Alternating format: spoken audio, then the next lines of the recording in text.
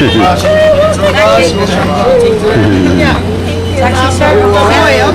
mà nó đây it's just around the island mà nó không có đi vô. Xong đó đấy.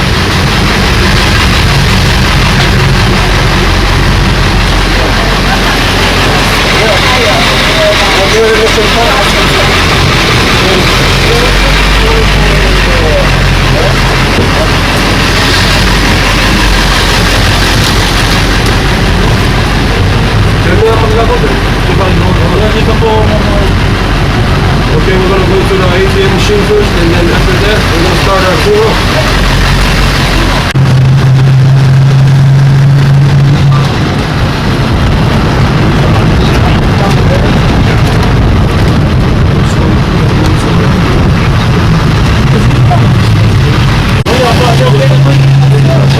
This is the whole hotel. This is the Red Hotel. Oh, okay. We got destroyed by a plane. And this is the Lieutenant Governor's house. Oh, Lieutenant Government. But Okay. that's the Governor's house upstairs. Oh, up there. See the White House upstairs? That's the Governor's house. Oh, wow, And this is the Department of Education. Oh, about it. Okay. DOE. Okay. She look like a turtle. Ah, see the Oh, okay, turtle. Yeah, go there. It look like a ship. That's why we named it. It has Someone high school on your right. Oh, high the school. first high school in America. Oh, okay, first high school.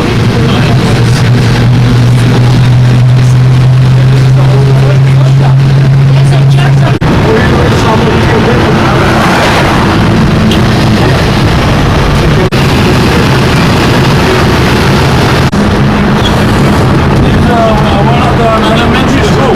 Elementary school, yeah. Oh.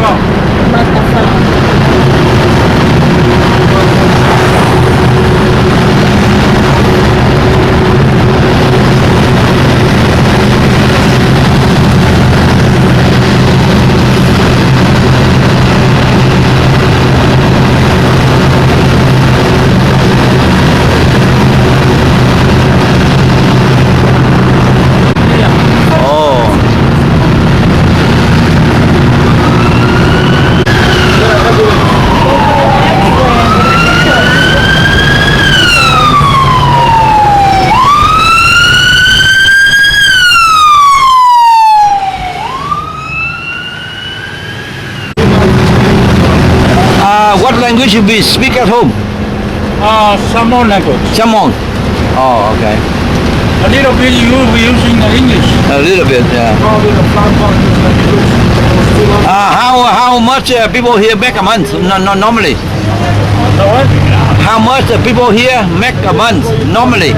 Is that the flower? Yeah, that's a flower pot. The flower pot, right? No flower now. Oh, the flower pot. Yeah, flower pot. We're gonna stop right there. That's our house over there. Oh, your house? Maybe we should visit your house, huh?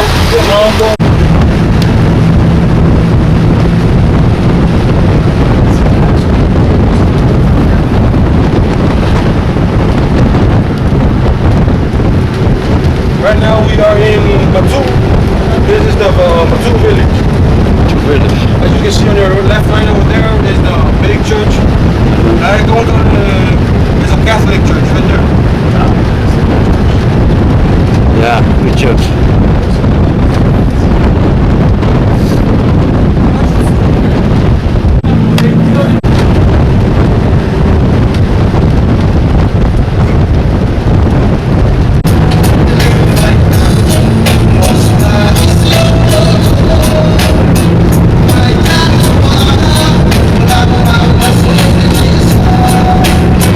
On your left is another church.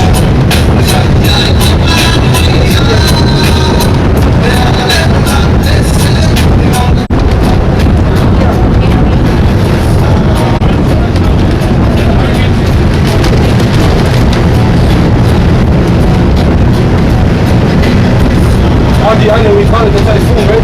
Yes. Yeah, this is the island.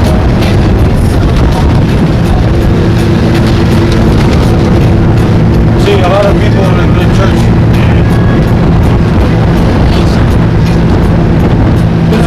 Taco Temple.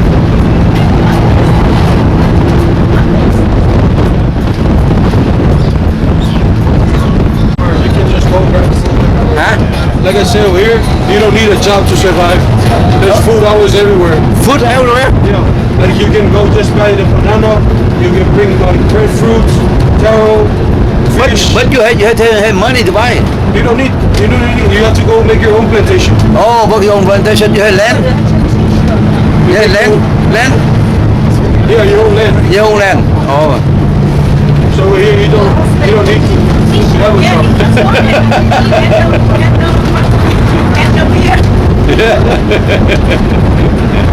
But here breadfruit and all like Oh. is free.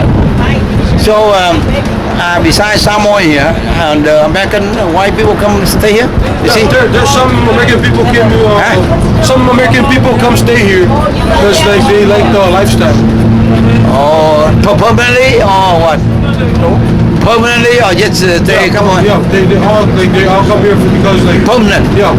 Oh, okay. What they do? Retire or what? Some retire from the military. Some they come here to work. Oh, some to work. Some here they come. They What come work? for, What kind of work here? They come here. school teachers, work teachers. Oh, okay. But some retired too, right? Yeah, Easy to live here. easy. Life here is very easy. Very easy. Peaceful, cheap. peaceful, very peaceful. Peaceful. Yeah, Yeah, big, yeah. Oh, okay. Oh, peaceful. very genuine. No, very safe. Safe. There are no like, there aren't big crimes here. There's no crimes here. No crime. Over here, like, all the crimes you'll get okay. like, is you get drunk, they get drunk, get okay. or steal. That's all. Oh, okay. Okay. Okay.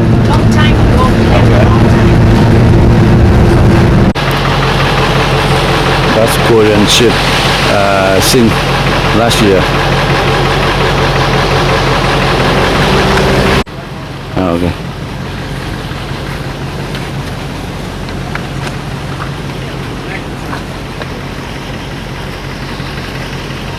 Đó là cái sao? Sorry.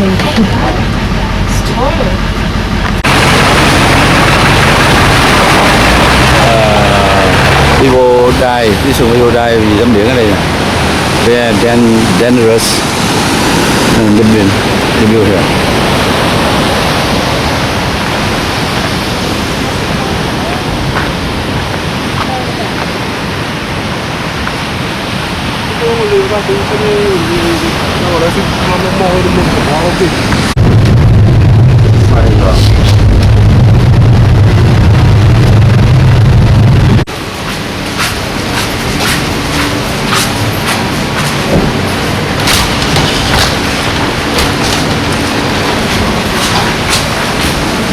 Hello.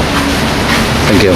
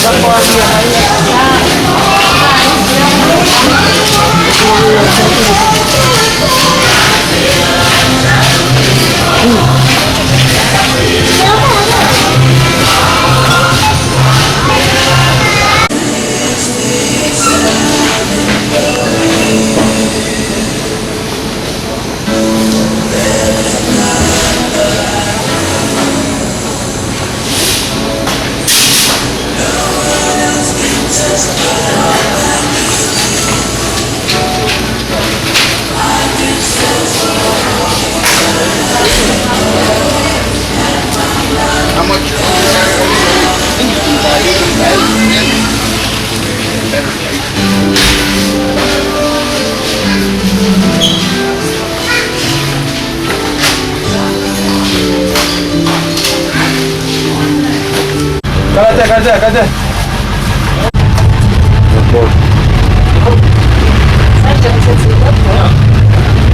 It's not a big airport, huh? That's it. You Lead up. Just one gate. Yeah.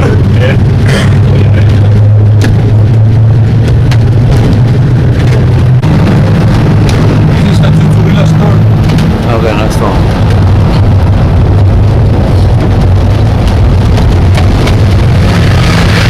We are heading back to the national park. Welcome before. That is the only trade school in Leiden. What? Trade school. Trade school. Okay, trade school. Huh? There's the Lions Park. What? Lions Park. Lions Park. Lion Park. You see the lions over there? It's just called Lions. That's the Parala Corn. You had no more level. You had to go up. You had to go. College. Huh? I'm in college level. Oh, you had to go college. You had to move. You had to go another. Go to Alaska to for that. Why don't you go US in mainland? I'm gonna go major in electrical. Okay.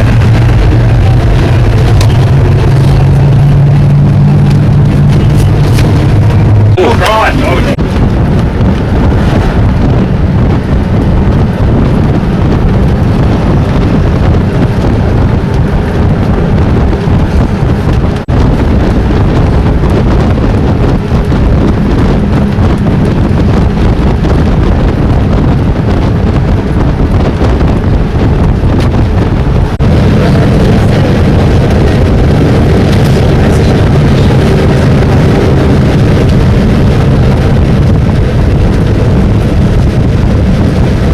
You know the Sangho culture?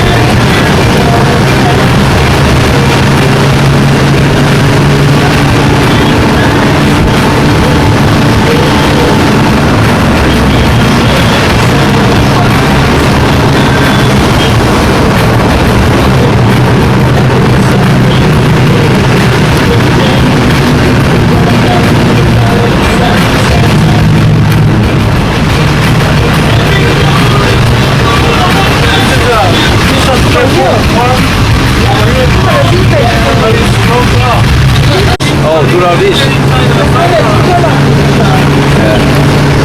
The name is $2 each.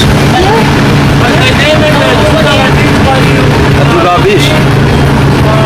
Not yet over there. Oh, do all this. Do all this. Once again, glad to hear, folks. Always that beautiful canoe out there.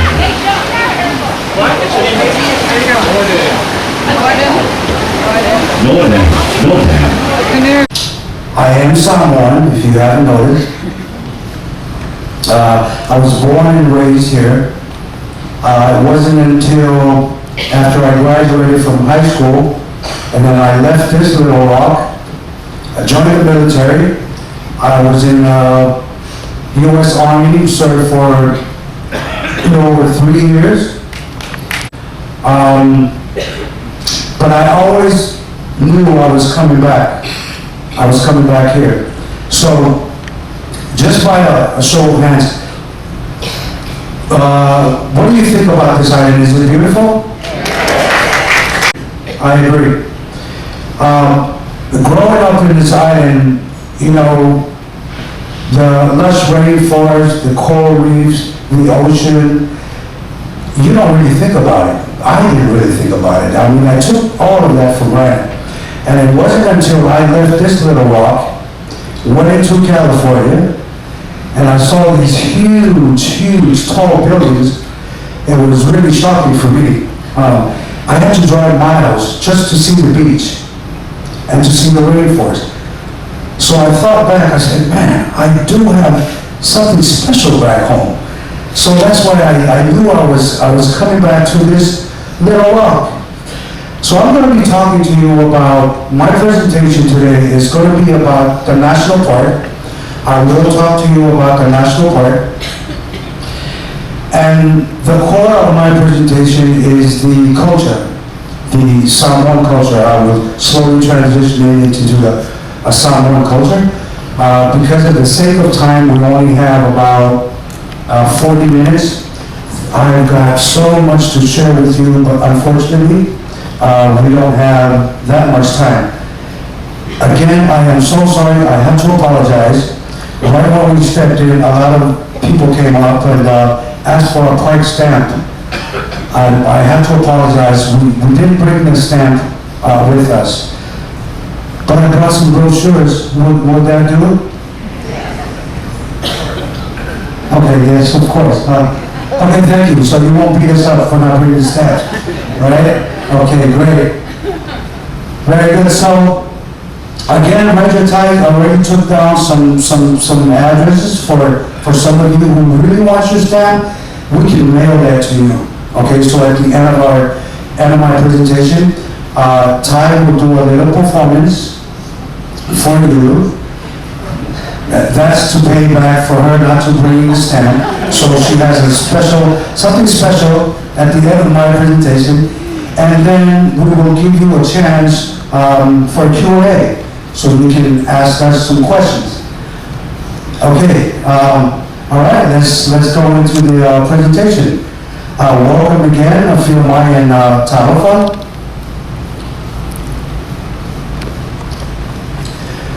What is a national park? Well, we try to simplify this. The national park, it has to be a special place. It's a special place where all natural history, culture, and wildlife are conserved, preserved, protected, allowing everyone today and into the future to enjoy them. Now, some of the national parks, this national park here in American Samoa is so unique in a sense, and I'll share more with you on that. One of the things I think is so unique here in this national park is we not only protect the wildlife, the rainforest, the coral reefs, the history, but our culture as well. So many other national parks, they may only protect the wildlife, conserve, or maybe the history, but here we do all of this. This park in American Samoa, we protect and we preserve all of these things. So this is why I think it's pretty cool that we makes this national park so unique. The National Park of American Samoa is the only U.S. national park south of the equator.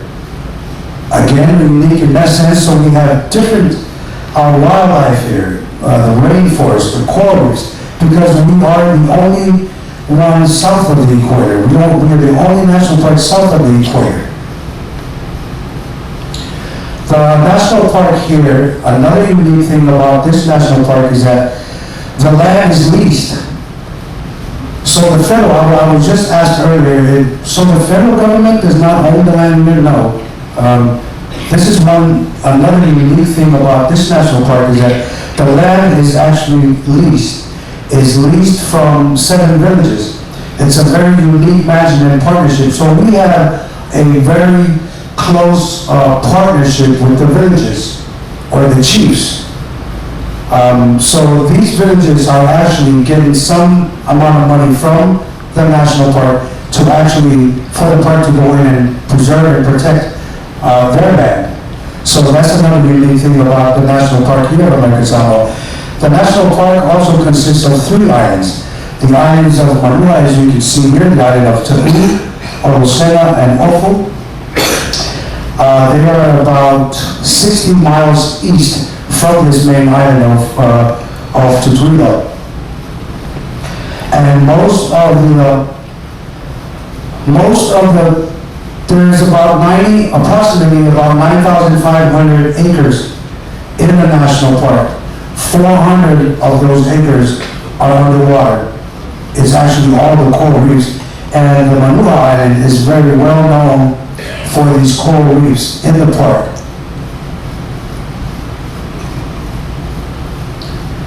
National Park protects the tropical rainforest, the fruit bats, coral reefs, and the Samoan culture.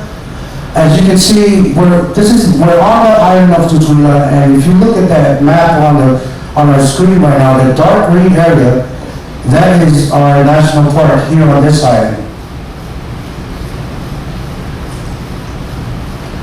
This is our park in Ofu, the Manua Islands that I talked a little earlier about, and it's mostly coral reefs. Somebody just asked me earlier, how do you get there? Well, there's a ferry that goes there. There's a ferry boat that goes there once a week, and you can also get there, you can also fly there. Let's look at some of the other national parks, some of the beaches. So this is on Tutuila Island, and we had a park tour this morning. Can I see the hands of those that were able to make the park tour? All right, great. So a lot of people just asked me just now, they weren't aware of the park tour. That's okay. Once you get off the ship, every cruise ship that comes on this island, everything is pretty much, and again, I have to apologize, as you noticed today, everything was pretty much shut down. I mean, everything was closed, but the park is always open. We're always open. National Park is usually closed on the weekends, but when there's a cruise ship, when the cruise ship comes in, we open. So, I just want to let everybody know so you can share that with your friends who's coming in next week or next year, next month. We're always open for you guys when you arrive on this island. Some of the wildlife you can find here are some of the birds. We have some bird lovers earlier today that were able to visit our park. And here are some of the birds that we do have. The honey eaters and the fruit doves. Later on my presentation, I will talk more about these wildlife that you are looking at right now. They're not only important as far as the rainforest, but culturally as well, and I'll talk more about that. Some more birds, we have more fruit doves, the honey eaters. We have the red-footed boobies. We have 2 kinds of boobies here. The red-footed booby and the brown one. A couple of people have asked me if we had the blue-footed. We don't have the blue-footed booby here, just the red-footed. And then, again, we have the Pacific pigeon, just some of the wildlife, some of the birds here that are native here, and then our friend the fruit bats. Now, the fruit bat is probably this is the only native mammal we have here, flying mammal that we have here in American Samoa. Now, they are heavily protected right now. these guys are greatly responsible for the health of our rainforest. Something really cool about these fruit bats is not only they spread the seeds around, but they can also pollinate. So, they're very, very cool about these fruit bats. They used to be hunted. People used to eat them back in the old days. There's still poaching going around, especially our elderlies.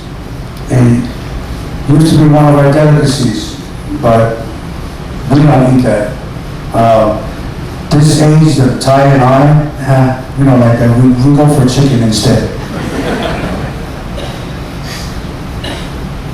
I'm trying the fruit bats.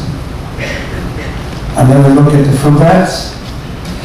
And if you're, I think right before sundown, if you look, there's the governor's mansion. You can actually, I walked upstairs and took a look, and there's the governor's mansion, I think, on your right-hand side of the ship, and if you look at it, you'll see a lot of bats. Also, I wanted to talk about the rainforest here. The people here are still using the rainforest for our medicinal use. There's a lot of plants, a lot of trees that the locals here still turn to for medicinal reasons. And people are still farming, they still farm the land. Now the thing about the national park, somebody had asked me this earlier, when this villages first became a national park, the plantations that are already currently in that area, they can still farm that. Now they cannot extend that. And that's the policy we have with the, into the lease. It's a 50-year lease. After 50 years, it's up to the villages if they still want the park.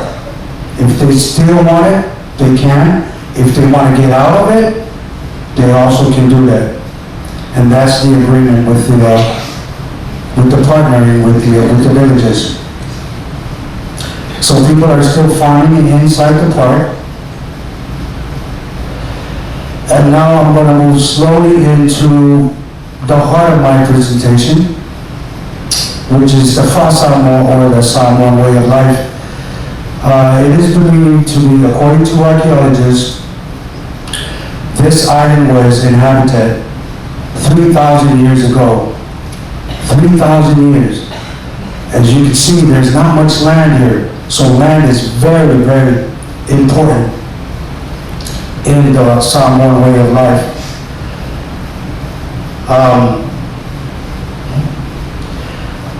Let's share a little bit about what is the Fasamo, what is the Samoan way of life.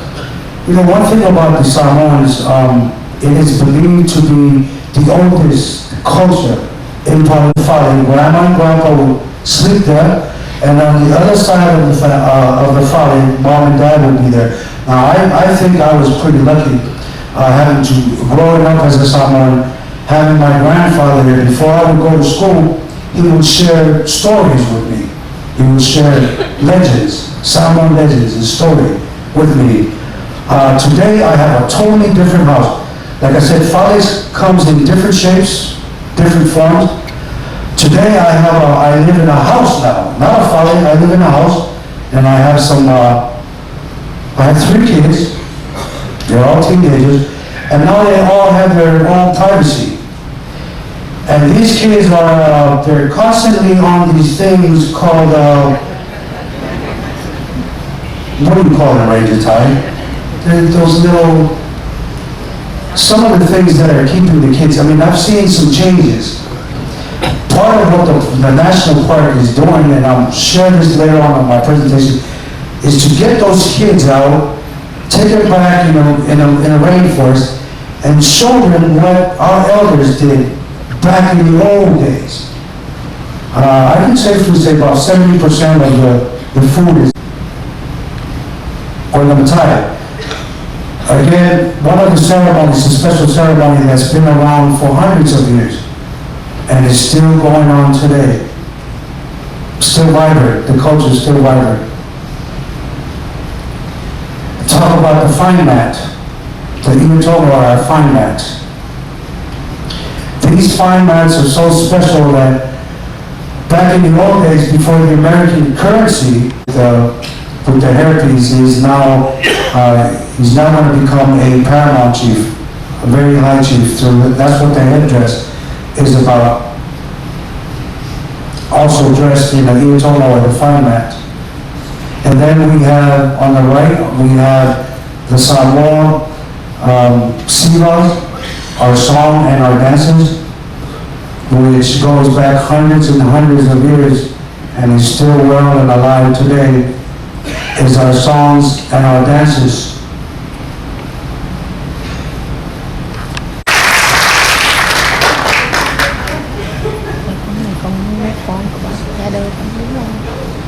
Không phải nó lại được hả?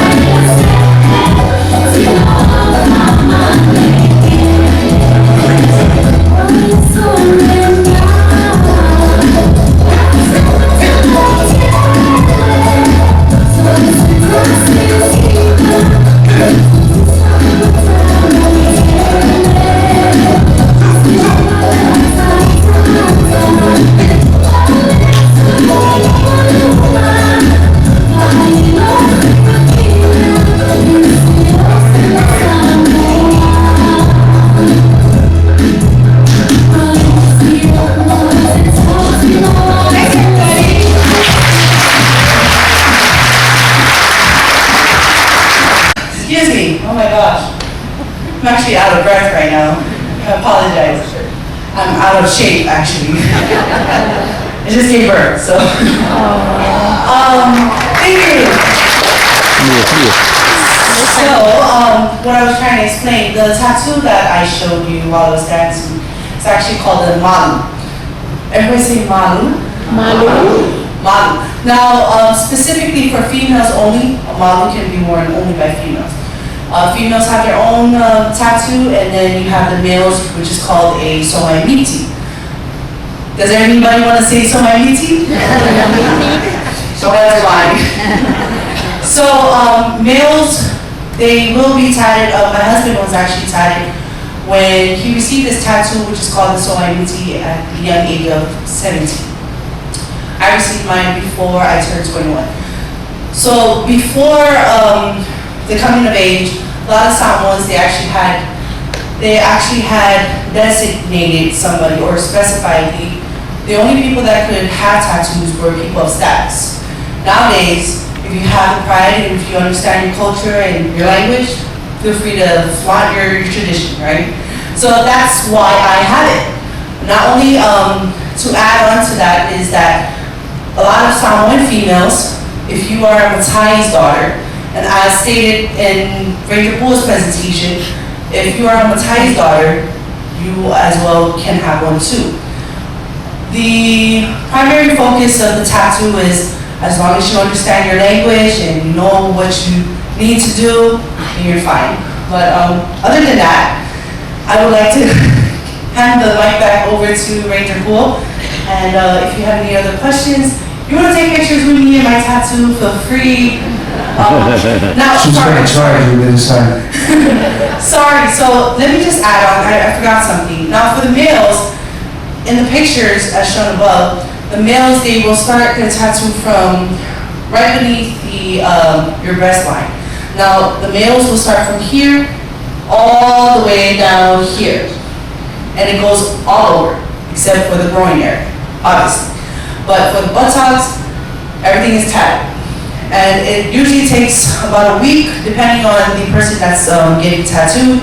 Usually takes a week, about 2 weeks, for them to complete the process. Now for the females, it will start from the bottom, and then it will go right here. The females do not get the pain. They will not feel the pain as much as the male will do. So it's a long process for the females. It'll take, the most it'll take about 7 hours, depending on your weight or depending on how big the person is. So, does anybody have any questions?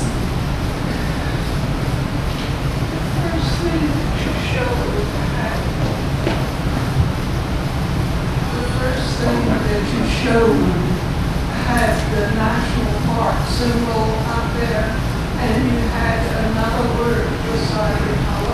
Today's talk by, I want to start in Africa, and this is out of Africa. This is human migration. There's been a number of waves of people coming out of Africa. The first one probably about 1.8 million years ago, and the more recent one is Homo sapiens, our species. But this sort of, I'm trying to, I guess, set the scene here a little bit. So, when we go back about those 1.8 million years, there were two main species of humans. The Homo habilis, the handyman, or I guess handywoman. The reason I put in this image in the bottom right is to show their relatively small size compared to Homo erectus and to modern humans. And Homo erectus was around at about 1.8 million years, but lasted a lot longer. Unlike Homo habilis, which is only found in Africa, Homo erectus is actually found in other parts of the world, as I mentioned there, in Europe and Asia. We know how far it went from places like Java. The Java man is Homo erectus, and we know that it's just over 1.6 million years old. I will mention actually my last talk before we get to Vancouver goes into this in more detail. It's sort of the origin of us humans. This is just a very broad skim of the surface to, I guess, sort of set the scene for the people of the Pacific. Now, in the last probably about 15 years or so, there's been a really interesting site in Indonesia, and this little human being, nicknamed the Hobbit, for all those who like J.R.R. Tolkien, there's a Martin Freeman there from the movie of the same name. They found remains of this small primitive human. Now, when they first found them, they weren't just sure what the ancestor of the Hobbit was.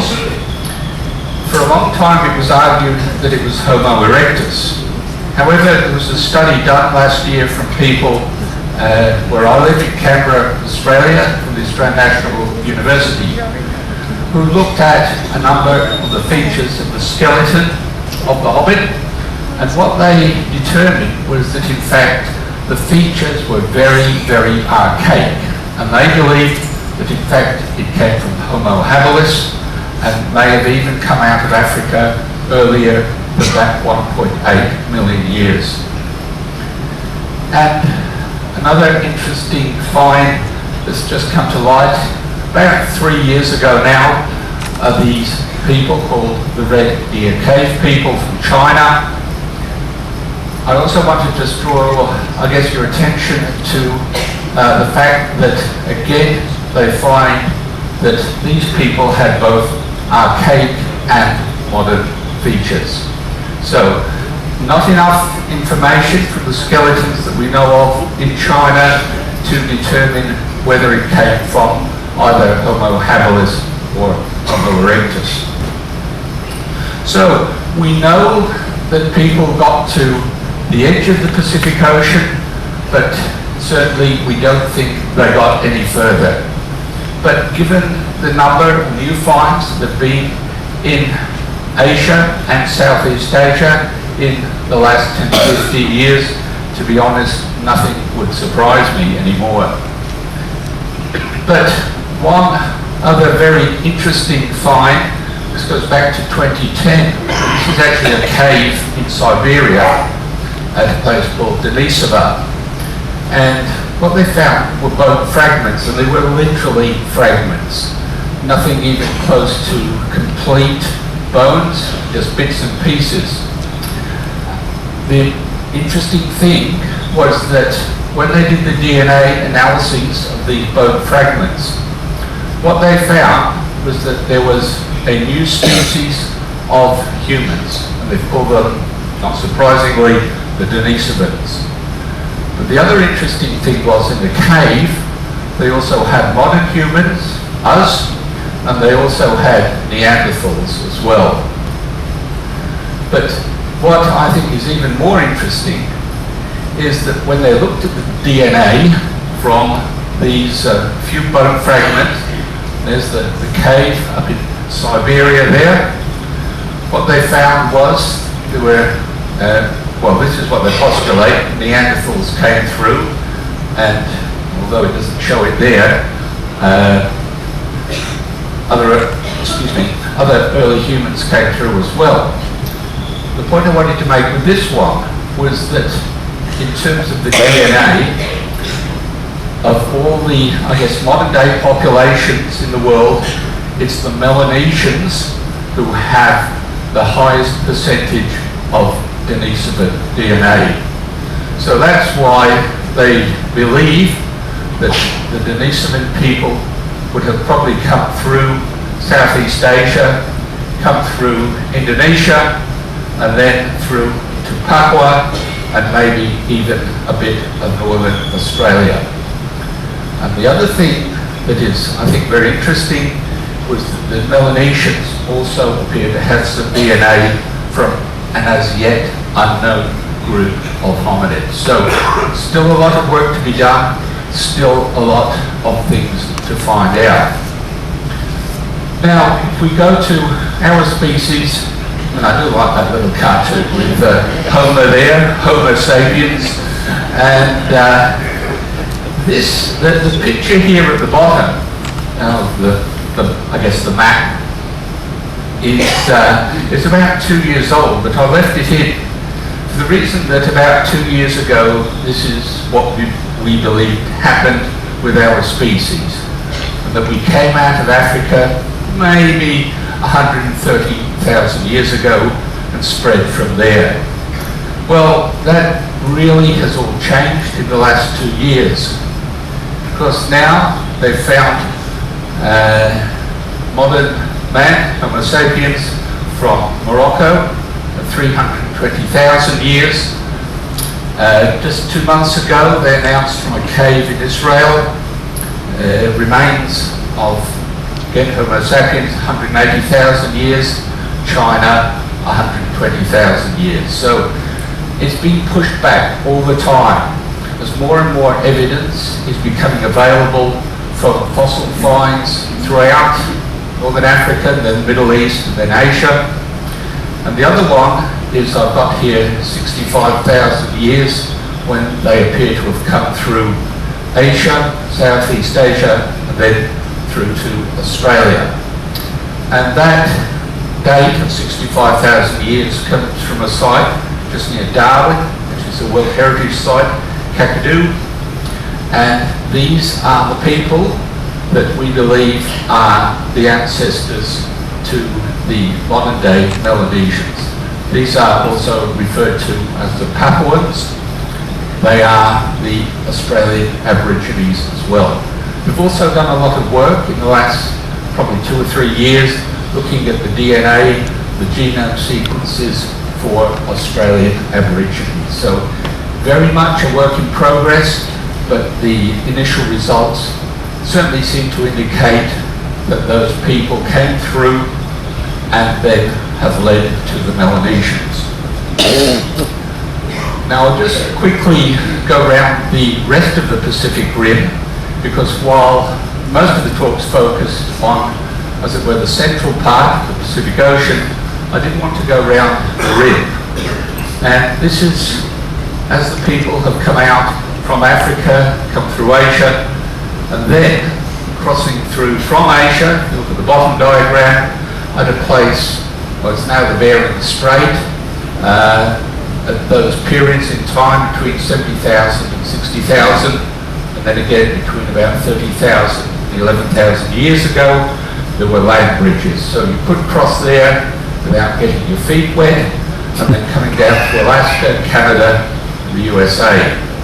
And again, I think of cruise lines, because you certainly wouldn't be able to do the inside passage cruise up to Alaska. The ancient coastline was much, much further out to sea.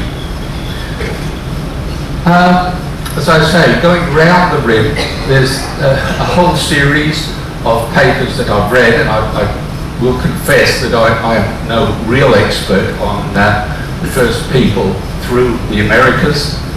But what it seems to me is that the big debate is when the people first arrived. And the timing when they came through. They could certainly get through when there was that land bridge there, and exactly when they came through, I think people are still looking at earlier dates. The last one I saw, this was a paper, I think it was early February, and they claimed that humans have been at least in the area around Alaska, the Yukon, for at least 20,000 years. When they came through then, they really had a choice of going along the coast or maybe inland. Problem with the ones that would have gone through along the coastline, and that was probably the preferred route, is because that area is now underwater, there's probably no trace of them when they went through. But there was last year a really, really controversial paper. And this was from a site just outside San Diego. And in the paper they claimed that in fact humans have been in the area for 130,000 years, which is, I mean, it's not even out in left field, it's sort of up in the bleachers, up in the sort of third deck of the big stand up there somewhere. But it wasn't, it was always done more by inference, in that they found mastodon bones that appear to have had humans breaking them.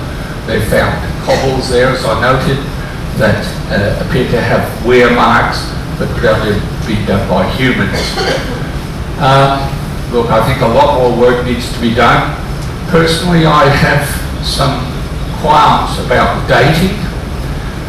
The dating was actually done on the bones, and that's a technique that, look, it can work, but you really have to be very, very careful of when you're dating bones. So, look, I think it's a case of more evidence is needed to either prove or disprove it. So I say there are many scientists who are very, very skeptical about whether humans were in North America that long ago. So that's sort of trying to give the picture there of what's happened around the rim. I'd now like to go to, I guess, the main area, and that's the Central Pacific Ocean, particularly the Polynesians. I did mention before about the Melanesians, and they really are quite separate people. One of the, I guess, distinguishing traits between Polynesians and Melanesians is in fact the language. And there's a term called the Austronesians that refers to not only the Polynesians, some of the people from Micronesia, also, and this is why I put this rather poor quality diagram in, but it was the only one I could find. The people who originated in Taiwan actually got as far as Madagascar, and that was about 2,000 years ago that they got there. The main reason for that people know that is there is some archaeological evidence, but the main one is on the language. So, this is just I guess another picture, just trying to make this point about these earlier people, the Melanesians, or what turned to be Melanesian peoples that came in through Papua, the southern part of the island of New Guinea, came through into Kakadus, up and about there somewhere, and then came through and then settled the rest of Australia. I was going to say, don't worry about the dates on this one. I just wanted to give you the broad picture, so that with the Polynesians, or the ancestors of the Polynesians, they came through on the northern part of the island of New Guinea and then spread throughout as far as Hawaii, Easter Island down there, the right-hand side, and the last place they found actually was New Zealand. I was going to mention that for people who don't know, the island of New Guinea has a very long, very high mountain chain down the spine of the island. That really would have been a barrier for those ancient people. Now, we do know the ancestors of the Polynesians are the Lapita or Lapita people. They came through, as I mentioned, from Taiwan, through the northern part of New Guinea, and then spread through a lot of the islands we've been to, New Caledonia, Vanuatu, Fiji. And what makes them distinctive is this pottery. And wherever you find this pottery, and mentioned there are 200 sites that have been found throughout the islands, is indicative of this particular people. What I'm not sure of, and I did try and find out, is in fact why after about 500 BC there appears to be no more of this pottery. It's a very distinct time period that you find the Lapita pottery. When I gave the talk, a couple of days ago I guess, when I was talking about the plants and animals, there was one little bit where I was talking about the horned turtles, or in some case the hornless turtles. And this was an archaeological site just outside Vila, where we were a few days ago in Vanuatu. And in this sequence of sediments, at the bottom of this sequence, you get these complete skeletons. And for about 300 years worth, you do get the skeletons, or you get the remains, or Lapita pottery, and bits of turtle, and then after 300 years, no more turtle. However, they did DNA testing on these skeletons, and as you see, they did confirm that they did come from Taiwan and the northern Philippines. And there was no Papuan DNA. At that stage, there was no mixing between the Papuan, the older Melanesian people, and these Lapita people, the ancestors of the Polynesians. However, that over time, that did change, as I noted from that second point there. So, as the Polynesians came through, or the Lapita people came through, they very quickly got to an area roughly where we are now, have been the area around Fiji, Samoa and Tonga, but then there appears to have been a pause. For what reason, we don't know. I have read that it was because the prevailing winds, they just didn't seem to get much further, or at least for a while they didn't seem to get much further, but I think the simple answer is nobody really knows. But there was quite a long gap before they continued to some of the more, I won't say remote islands, but certainly some of the islands that were much further away and made it harder for them just to do, whoops, careful on the stage, just to island hop, where you could sort of see an island in the distance and then keep going. One of the problems is the dating of when they got to these more far-flung islands is not clear, as I noted there. Hawaii in particular, there's a large time period represented. There's no real firm evidence either of the 300 year end before the 1,000-year end. A little clearer with Easter Island, Rapa Nui in New Zealand, I guess the plus or minus, like with New Zealand, 1390, I think it plus or minus about 30 years of when they got to New Zealand. Now, how did they travel? Well, we've probably all seen either the pictures or images of their wonderful outrigger canoes. I mean, these people, as far as I'm concerned, really were master mariners. How they got between the islands, I think it's a wonderful feat of navigation. And these are the main, I guess, navigational devices they used to guide them, and I guess more importantly, to get them back again. So it's a wonderful thing that they did. I'll put that in for all the grandparents who probably took their grandchildren to see the film. I must admit I haven't seen it, but it's I think it did very well. But there we are with the outrigger canoes, and of course they took the chickens with them. Looks like a little pig there, and you know, they set sail across the ocean. Now, how far did they travel? Well, this is actually a very intriguing question. This slide I prepared before I got Manure down, and it really relates to the sweet potato. This is actually a key piece of evidence, the fact that you do have the sweet potato throughout the South Pacific Islands as one of the main crops there.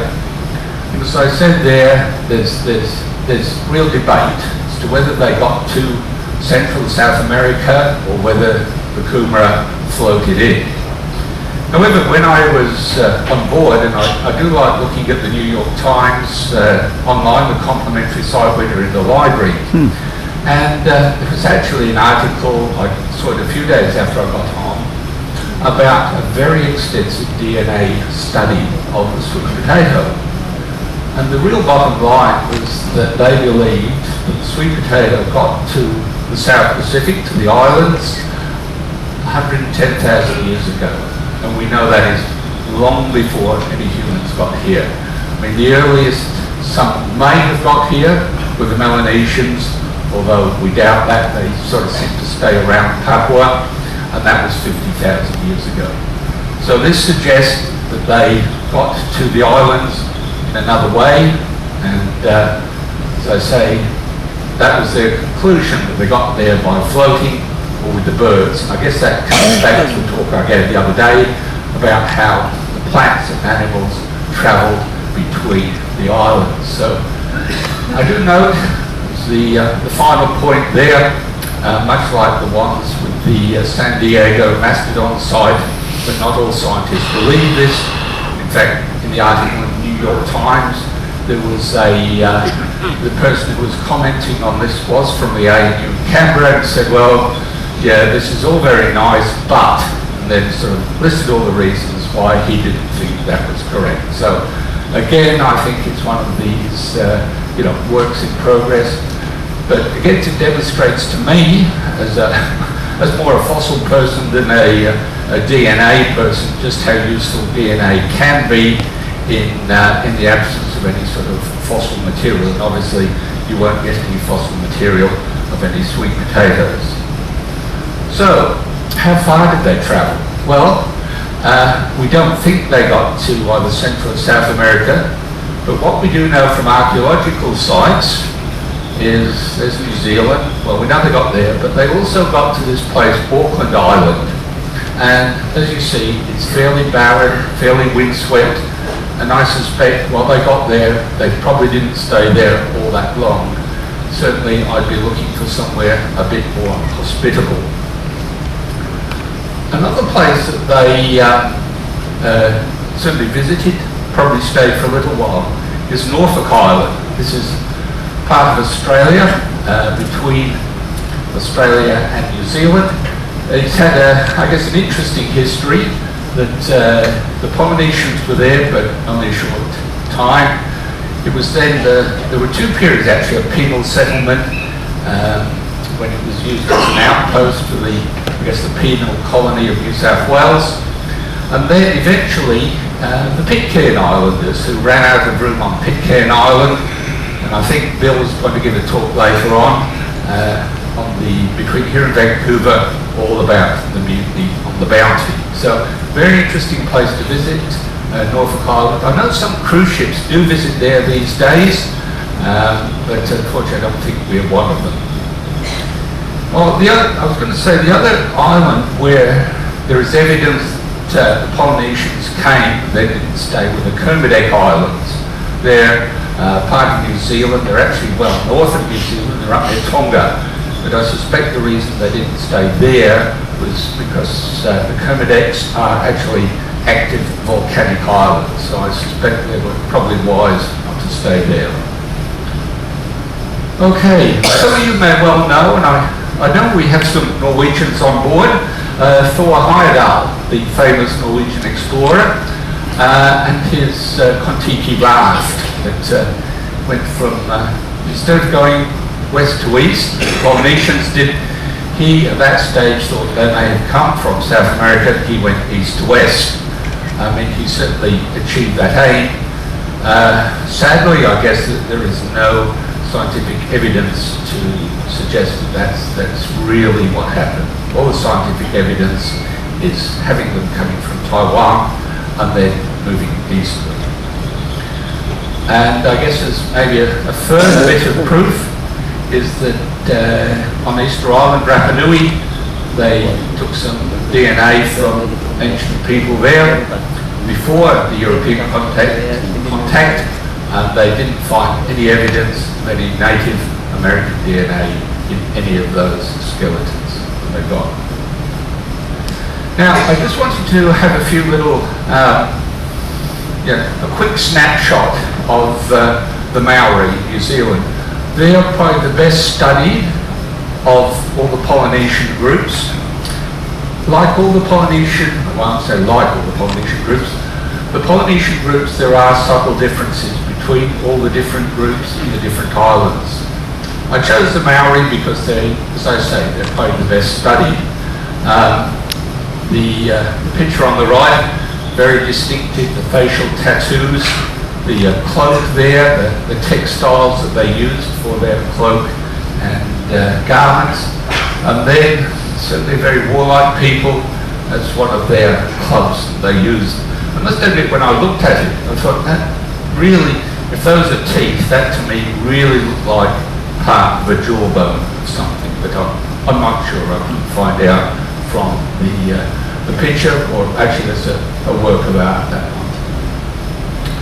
So, the females, similarly, you have the facial tattoos, the tiki there, probably made of a greenstone, and again, their club, very warlike people, again, made of the greenstone.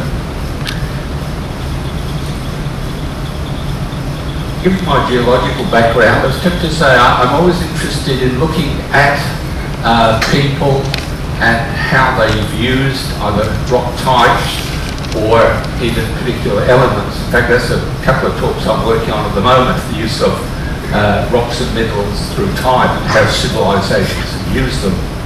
And certainly the Maoris in New Zealand used a number of these. I guess they're fortunate in that, given that particularly the North Island of New Zealand is a volcanic area, so you do get the obsidian, the volcanic glass, which has a, when you can flake bits off, it has a really, really sharp cutting edge.